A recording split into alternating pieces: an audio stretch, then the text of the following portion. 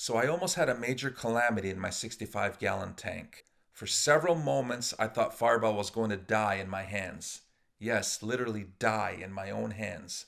So what happened? I'm about to tell you. Obviously, I don't have video of the incident because it was a frantic accident situation, and my thoughts were on rescuing my centerpiece fish and not on documenting the moment on video. Here's what happened. I was vacuuming the tank, and when I do so, I normally move the caves around or flip them upside down to get all the fish waste into the vacuum, or at least move it so it will end up in the filters. So Fireball's home was this pyramid right here, and when he outgrew the entrance, I bought a second one and used the Dremel to carve out a much larger entrance into this newer pyramid so Fireball can swim in and out because he clearly loved his older pyramid and I wanted him to be able to use this new one as his house. So as I was vacuuming, I must have moved the siphon around too spontaneously and I startled Fireball and he swam quickly into his old pyramid. The problem was he didn't make it all the way through and he got stuck halfway. And even though aquarium fish aren't observed swimming fast, believe me, blood parrots can take off like a race car when they're startled. So Fireball got himself stuck very tight in the pyramid entrance. Coincidentally, as you see here on this video, I had Fireball stuck once before, but it wasn't a dangerous situation like the one I'm describing. And I'm sure in the video you see here, he would have freed himself, but I decided to help him out anyway just to be sure and make sure that he didn't, bang himself around too much. So the way I had this shelf right here in the video that you see was wrong, but I fixed that as well. So now back to the pyramid incident. So I dropped the cleaning efforts and reached my hands into the tank and picked up the pyramid. There were several scary problems with this situation, and I honestly thought Fireball was going to die. First of all, when I say he was stuck tight, I mean it. He would not move in either direction, and I noticed some of his dorsal fins were already torn from being lodged into the pyramid. To make matters worse, I didn't have a good angle to hold the pyramid because the water level was low due to vacuuming, and I had to hold the pyramid with one hand and attempt to save Fireball with the other. Another problem was I couldn't see very well because I couldn't look downward to do the rescue work because of the angle. It was awkward. So what I did was I held my arms in the tank and I had to crouch down a bit to look into the tank from the outside. I, of course, did not want to take the pyramid out of the water because Fireball would have had then two problems. He'd be stuck and he couldn't breathe. And actually, there's a third problem when you include that he was probably terrified.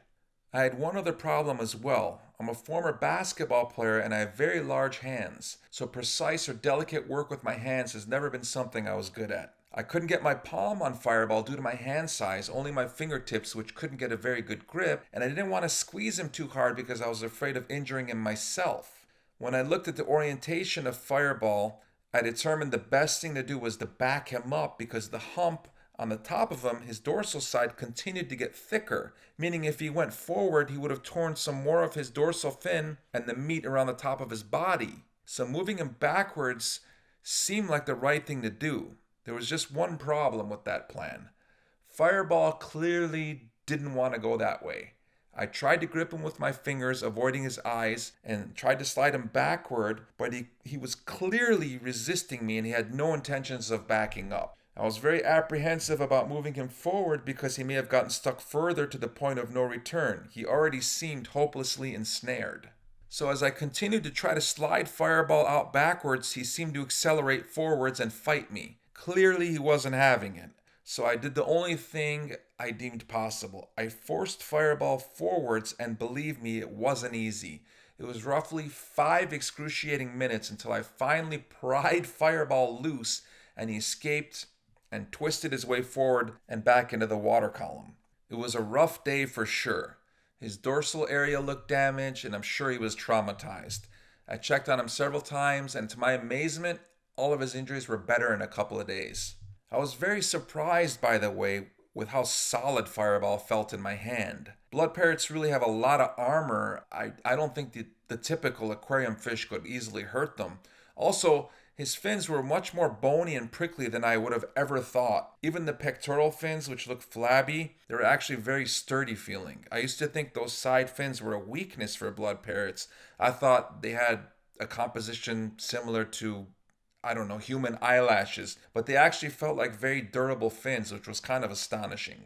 So pay attention to your cave entrances. If you have smaller fish with larger fish, make sure the cave entrances for the smaller ones is significantly too small for your larger fish to even attempt to enter, because then you won't have to deal with this ordeal that I dealt with over here in this video. So it was a traumatic situation to say the least with Fireball that day.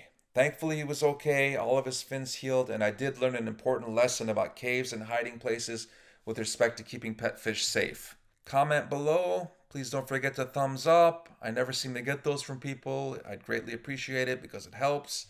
If you like the video, check out my others. Should you choose to subscribe, I'd truly appreciate it.